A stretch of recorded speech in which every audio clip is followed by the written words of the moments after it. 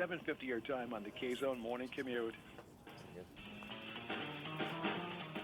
Recent Red Sox 8-game winning streak.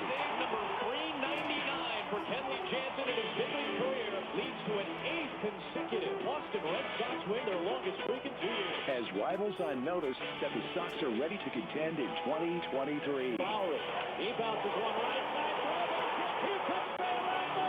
Willis rolls up on the plate. Red Sox win. And with the Yankees a mess, it will make for an unusual race in the AL East. Can the lineup continue to produce as summer arrives? There's this one in the ladder to right field. That one well struck and not to left field. Gone! Masi Yoshida with home run number 2. Will the returns of Whitlock and Paxton shore up the rotation? Yeah, Whitlock gets a swing and miss there. He strikes out Mike Trout. Tune in all season long on the K-Zone, 105.3 FM and AM 1280 WPKZ. Your home for Red Sox baseball in the North County since 1967. Little soft pop-up. Petrocelli will take it. The Red Sox win it. And what a mob on this field. They're coming out of the stands from all over. You love the K-Zone Morning Show and have your radio dial set to 1280 AM or 105.3 FM. But what to do when you're no longer in the K-Zone? Continue listening on your mobile device by typing in the WPKZstream.com for all WPKZ local programming, high school sports, and insights at the WPKZstream.com. Make it fast and easy. Bookmark it on your mobile device, tablet, or PC. Now staying connected to the K-Zone is super easy.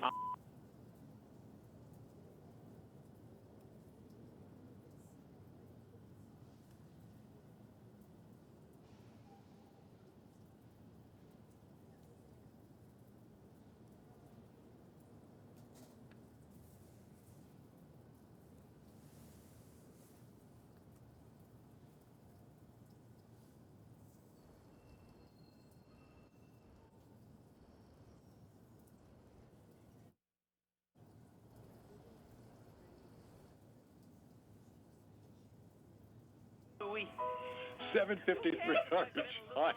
It's the K-Zone Morning Commute, 105.3 FM, AM 1280 WPKZ. That was supposed to be Feed Me. That was supposed to be featured from Little Shop of Horrors.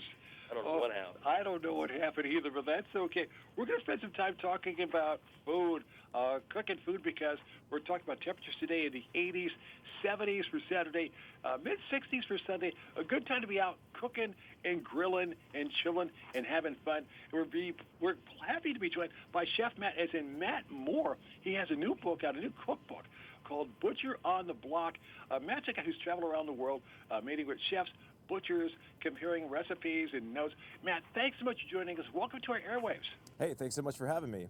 Thank you so much. It's great to talk with you about the fact that this is grilling season. Now that the sun is out, we're getting closer to Memorial Day, and there are a lot of things we can do to get ready for grilling season. What are things that you'd like to do to get ready for this time of year, for just being out there and grilling, and what I like to call grilling and chilling, you know? That's right, man. And I've partnered with some of my favorites to bring you the best grilling experience this Memorial Day and all summer long. Weber has a new Lumen electric grill, and it helps those with small outdoor spaces, like folks in the city who may not be allowed to use traditional grills, and they can enjoy that outdoor grilling experience. And using a ton of consumer feedback, Weber created an electric grill unlike any other. It's highly versatile. It's got 5-in-1 outdoor electric grill that's going to sear, it's going to smoke, steam, warm, and even defrost your food. I can actually sear some of my favorite recipes from the books, including a kebab at 600 degrees and steamed green beans at the same time. And it's compact, and it comes in a variety of colors to make sure that you're making the most of that outdoor experience. Wow. I remember having a Weber kettle when I was a homeowner in Boston, and I swear by Weber kettles because I have memories of just being out there. My problem is when I get out there and cooking, I'm the kind of person that will feed the entire neighborhood. It's like I'm a person that once I start, I can't stop. And I think there are times where my neighbors are glad that I live where I do, where I don't have a Weber kettle, because I think they'd be ready to call the fire department on me because I'd be cooking so much. But when we're talking about cooking, there are great recipes for, let's say, burgers, dogs, chicken, you name it, ribs. But a lot of times people don't look at their veggies and say, there are things we could do with veggies on the grill too. Yeah, and I think that's what it's all about. This is what we really feature in Butcher on the Block. And one of the things I really love to bring up is just flavoring dishes in a bold new way. And one of my go-to pantry staples to add kind of a Mexican twist is Herdez Chipotle Salsa Cremosa. I like to pour this over grilled shrimp. You can also use it on chicken or pork. And then we'll top it off with Herdez traditional guacamole. It's made with really clean, simple ingredients that follow an authentic Mexican recipe that's been handed down for generations. And I'll give you a tip to really impress your guests this summer since you're feeding the neighborhood. I like to use that grilled shrimp and put it on top of a tostada. I'm going to top that tostada with the guac, the grilled shrimp, some cilantro, and the makers of Herdez provide a really easy way to elevate your summer menus and offer a variety of other delicious products to make any gathering memorable. Now, when we're talking about grilling, we talked about veggies. For me, the trick sometimes, for a challenge for me, is cooking ribs, because when you're cooking ribs, you need to cook those. For best results, you need to take time, like a long, slow process in cooking ribs, right? Yeah, low and slow is the mantra with ribs, and you can't have a great rib without just an excellent side. So one of my favorite side dishes, of course, is classic Bush's baked beans. They're the sure side of a good time. And Bush's baked beans have just such a distinct complementary flavor. They pair perfectly with hamburgers, hot dogs, ribs, as you mentioned. And whether you're opening up a can of original or brown sugar hickory or any other variety, it's really like opening a can of summer. And they actually have a new recipe as well, Bush's zero sugar added baked beans. It's the same iconic flavor you love, but without the added sugar. I like that.